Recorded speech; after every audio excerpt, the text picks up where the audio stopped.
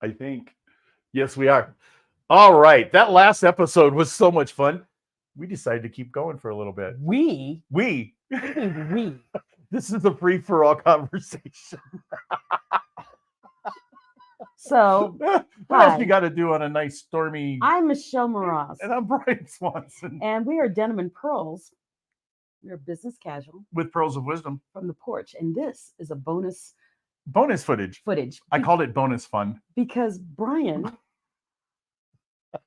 doesn't want to stop talking about the end of the world, apparently.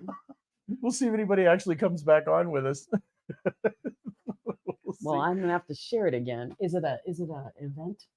I have no idea. It probably is, just like it usually is. Okay, so Mr. Because I don't Man, like the way they do it now, but that's all right. We'll survive. So anyway, you said that in the last episode, end of the world as we know it, we weren't supposed to be talking about the end of the world. So what were we supposed to be talking about? Oh, it's on right now. Yes, I said it's live. No, I mean I normally can't share it. Oh. Bonus. Okay. Either that was you that popped up as being on, or It was probably me. yeah, I don't think anybody else is coming along to join us. Okay, so what do you want to talk about, Mr. Man? Well, you said the end of the world as you know, as we know it. That was our topic on the last episode, and we kind of diverted off to the literal end of the world, or at least figuratively speaking, the end of the He world. asked me how did I think the world was going to end? Full of zombies, or zombies carrying chocolate, or that was kind of where we were at. But that's where you were at. Zombies with chocolate. But what were you thinking? What do you mean? You said it wasn't we weren't supposed to be talking about the end of the world. Literally. No. We were talking about the figurative. Oh my gosh, my world is ending because my boyfriend broke up with me. That's the kind of end of the world we were supposed to be talking about.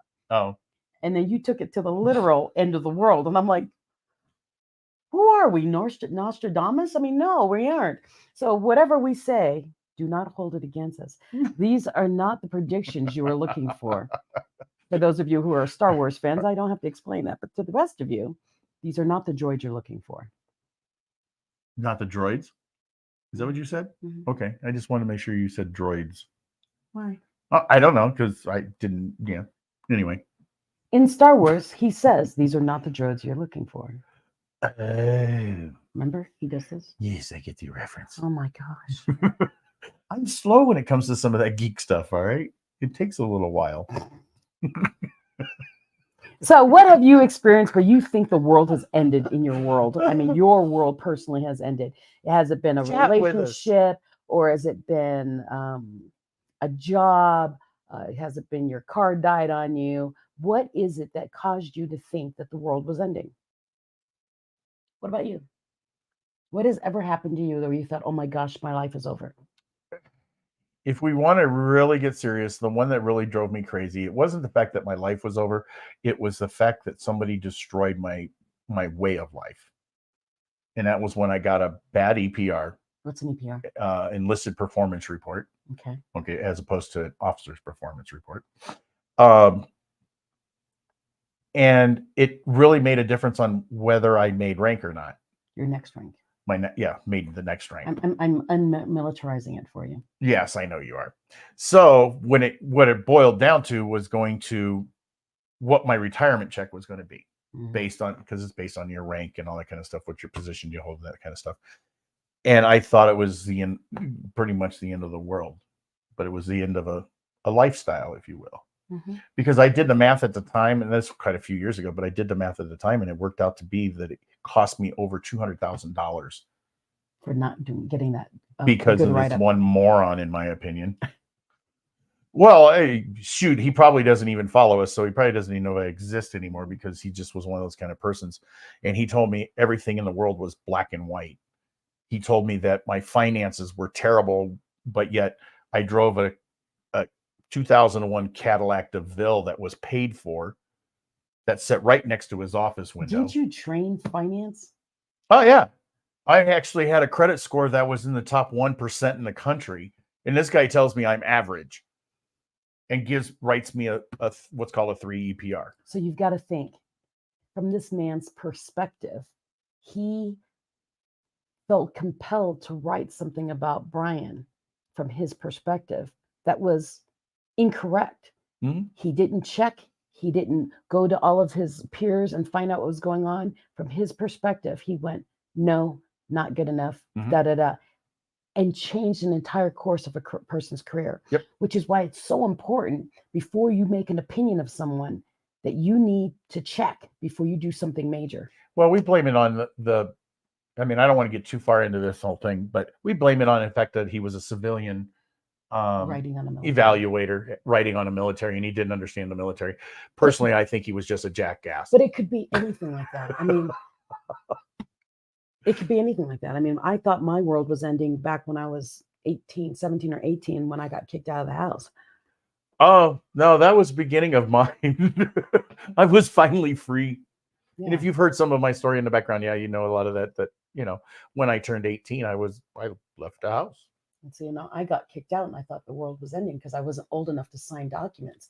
And so I was alone and all by myself. And I thought the world was ending because what am I going to do? But that's when having people around you that care saves you. Oh, definitely. So going back to the subject we had earlier, it's always important to have a group of people around you that not only believe in you, but can give you different perspectives that can help you with your future. So your world you thought ended because of a bad EPR. Yeah, I think I'll stay with the kicked out thing because it's easier. The other one was cancer and a brain injury, so you don't go there. But well, I mean that's literally could be the end of the world at that point. Mm-hmm. But it's also how you address it. I mean, very seriously, and I can't really speak for you, but I think I can at least speak to what I think the experience is. You go through that phase of, did I do what was right for me? Did I do what was right for my family? Am I ready to go? Am I scared to go? Oh, I did all that. I know. I can actually somewhat experience it because I did have a bout with cancer too many years ago. However, it became more of an inconvenience than it did a problem. But those initial thought processes I can think of, because it's like, what do I do? Am I ready? Am I ready to go? Did I leave money to my family? Did I leave a legacy? There's all of those things that go through your head, I think. Well, actually, it did. The bigger one, I think, when I was a kid, it felt like the end of the world, and it most definitely wasn't, because I got picked up very quickly. I got saved very quickly. Right. But when I had my brain injury, being fully cognizant in my brain and being told from the outside, hearing them say that I'm not going to get better. Mm-hmm. And I remember thinking, my life as it is now has ended. Do I want to live in this one? And I didn't want to live like this. I didn't want to be quiet. Well, and so I had to reevaluate what was important for me. Yeah, that was the word I was going to use, was evaluate. I mean, you just had a friend that went through somewhat of the same experience here the last few weeks. And I can relate to a certain degree. Yeah. Because just the mind, but I didn't relate to the fact that I was done in a week or anything like that. I wasn't in the hospital. It just kind of happened. And that's why I said it became more of an inconvenience for me. But I think those same thoughts probably ran through my head that it all did with you guys. And with me, it was 2 years of wondering, wow, am I going to be like this forever? And I remember thinking, I don't like this. I need help. I need to find my way out.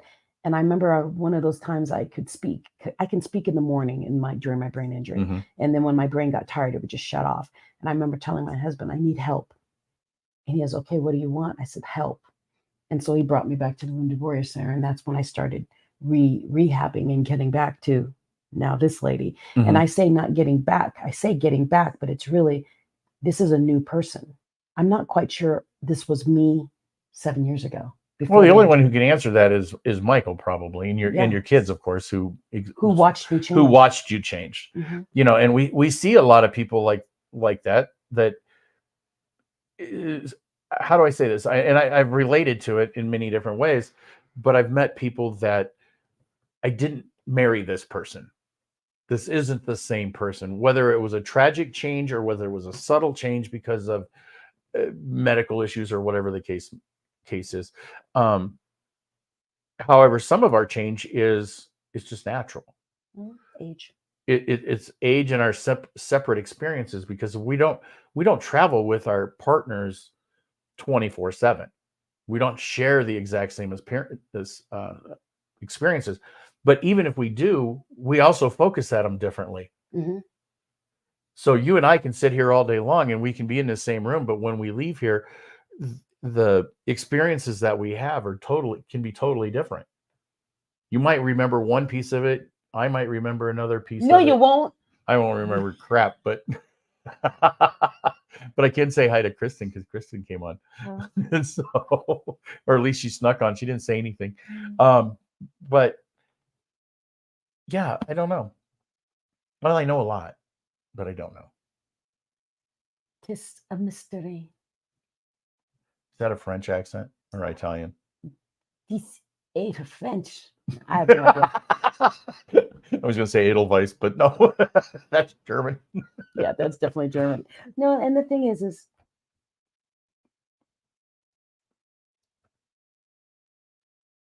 when you've gone through incredible changes in things like cancer, like with me, the reason I'm so happy is because after seeing hell in the handbasket and realizing I'm in the handbasket in hell, I realized that all the other things that I used to worry about are minuscule.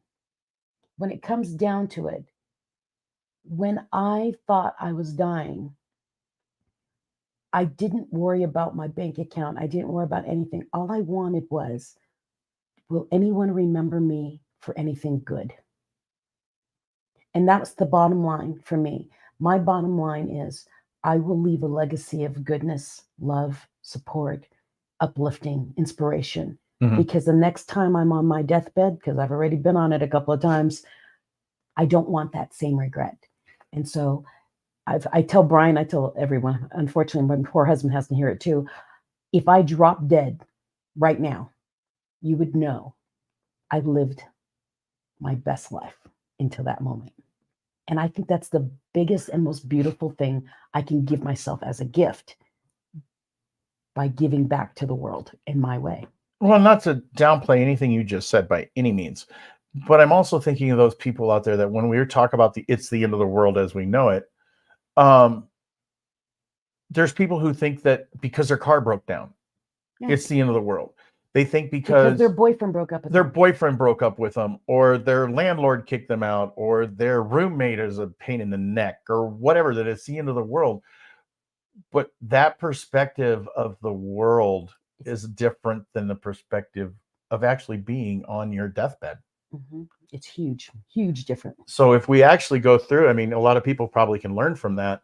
If you think that it is the end of the world and pretend that it's the end of your world, and from that, that you're not going to be here tomorrow, what would you do? What's your perspective? What would you change? How would you live your life? Would you forget about the car breaking down and just fix it and move on? I think so. And see, that's the thing is, I know there was a term going, you only live once. And I think the Gen X depends on your religion. Or millennial. No, it was a saying that the millennials or someone were saying, we only live YOLO. They were saying YOLO all the time. And they were doing crazy things that were endangering their lives. And I remember telling someone at some point, you only live once, so cherish every moment you've got. Don't jump out of an airplane without a parachute and say, well, only live once, so I might as well. No, we're not saying that kind of stuff. Don't do that. Life is precious. But one of the best exercises I've done, and I've had my clients do it, is I ask them to write a eulogy. Write your own eulogy? For themselves. And then write it from the perspective of someone who loves you.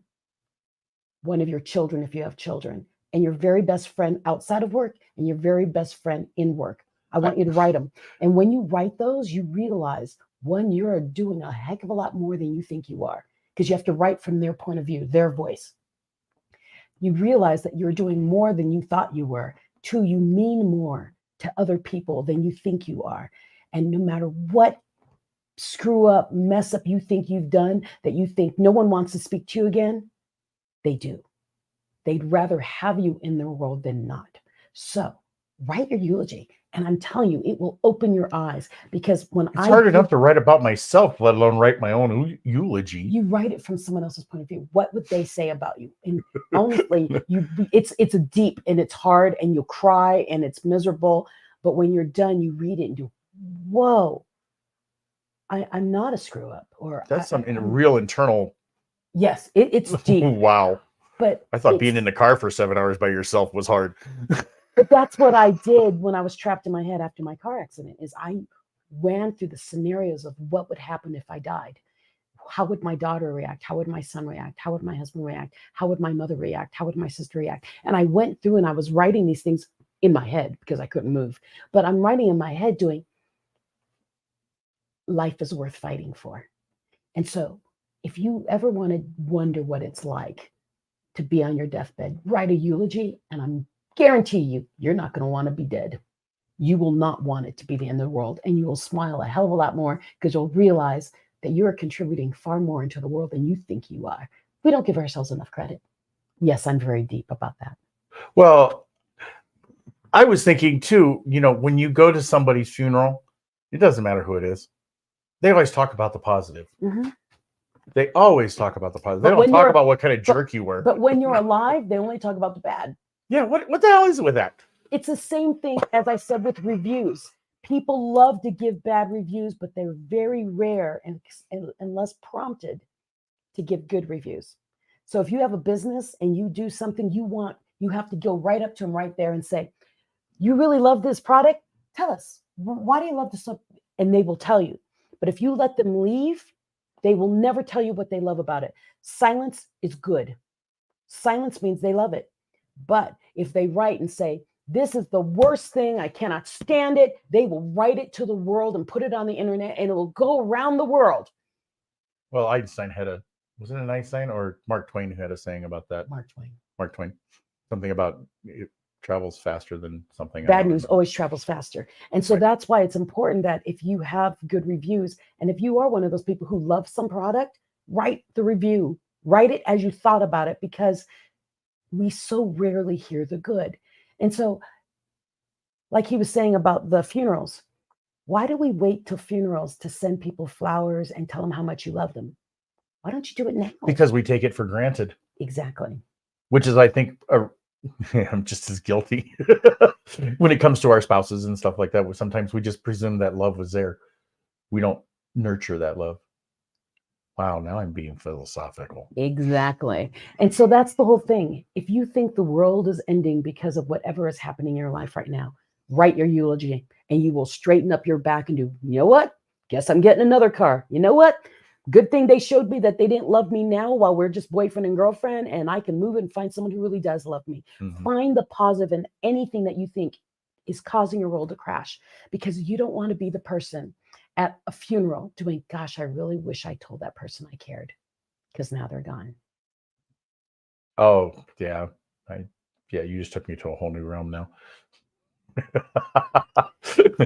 This is why Brian hangs out with me, because when we sit on the porch and we have deep conversations, I like to go deep. It's my favorite thing in the world to do. I think it's, I hate this word because it can be taken out of context. I think it's stimulating. Mm-hmm. It stimulates your brain to think beyond what we normally think. I mean, because I can go to karaoke every night and push buttons. It's all superficial until you think about. Really and truly, it comes down to anything that we do. It may be superficial to us, and you've even reiterated this to me.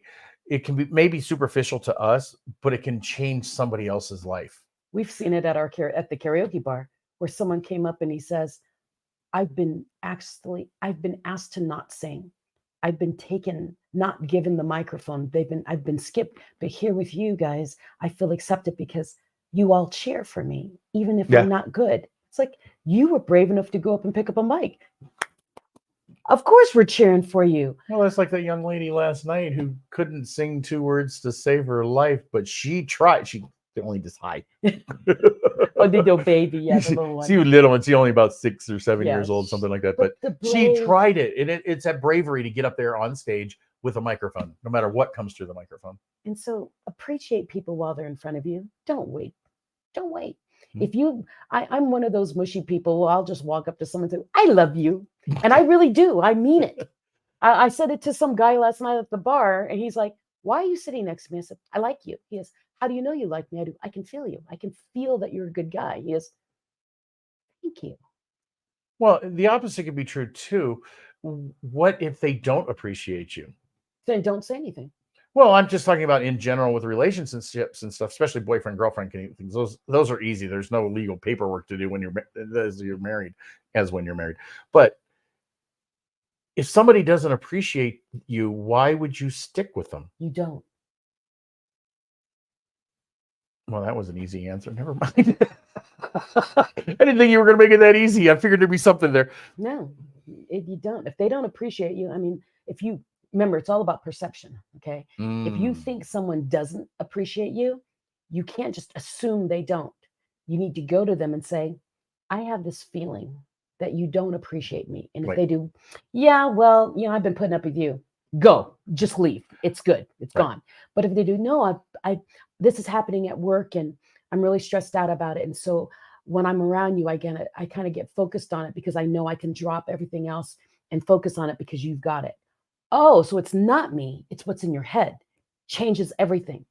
So before you walk out or before you write an EPR, an OPR, because you perceive something bad about something, talk to the other person before you make any major decisions. Well, that turns into a whole new show when we talk about communication. Yes. Communications with our partners. Yeah. So we'll talk about that next time. Maybe. We need a song about that. Let's talk about sex, baby. Oh. No, wrong song. It's more than that. So anyway, I had to put some enlightenment in this conversation because this really was a serious conversation, and I did not expect our bonus footage to go this more deep serious? and this long. What do you expect? You talk about the end of the world. You're talking to me. You know dang well I've got to go deeper. I'm so philosophical, and you would think because I'm so extroverted that I wouldn't be that way, but I'm extroverted, but I think introverted. So I love deep conversations. I don't like talking about fluff. If you want to lose my interest is come up and say, what's your sign? And I will turn off. Well, that's based on your sign. You better shut up. Your personality of your sign. My personality is I'm a Libra, so I'm always weighing things. By the way, I have no idea. Whoever knows that stuff, it's definitely not me. No, definitely not you. I don't take credit for that stupid comment. You should. It came out of your mouth. But the thing is go enjoy life. And if you think something really bad has happened, I really do think if you write a eulogy from someone, particularly the person that you think has wronged you, from their point of view, you'll read what you really need to hear. And then go talk to them if you need to. And if they don't appreciate you, and they say they don't appreciate you, find a way out. Because life's too short to be miserable. You realize we didn't talk a whole lot about business on either one of these episodes. It was all life. The end of the world. If it was my business and the world is ending, screw the business. Take the business, it's yours. Yeah, I don't care. I just want to know when it is. I just want to know when the end of the world is so that I can run up my credit cards.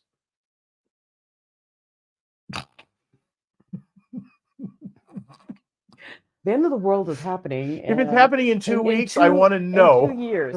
Okay, so this is what my thing is. Go enjoy yourself now. Yes.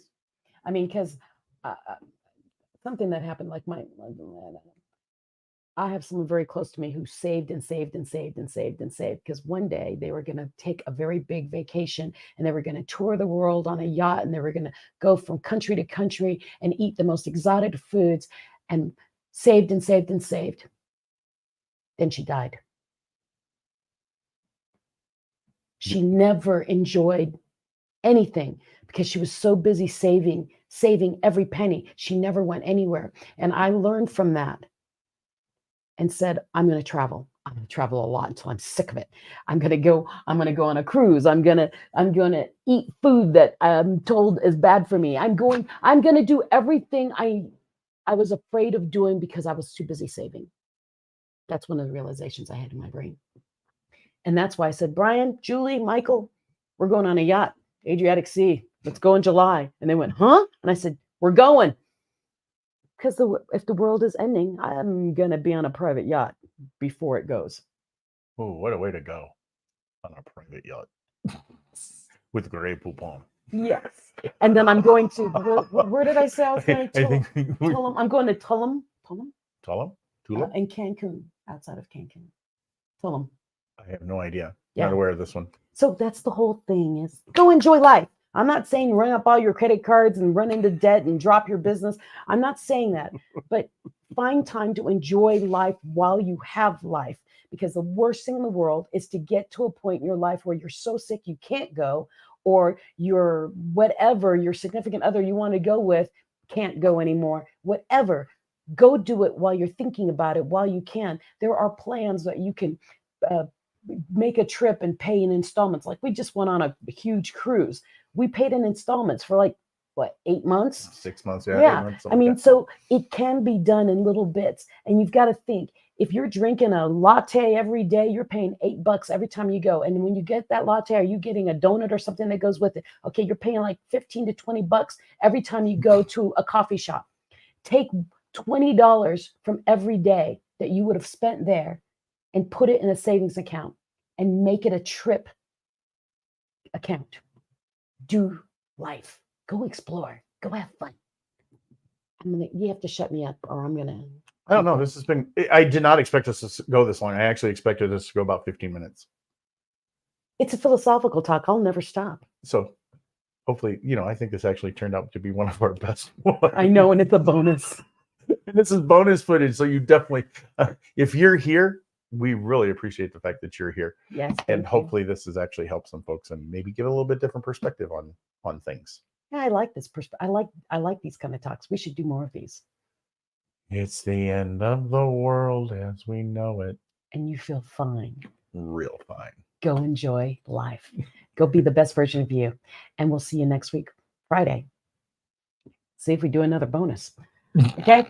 We'll talk to you later.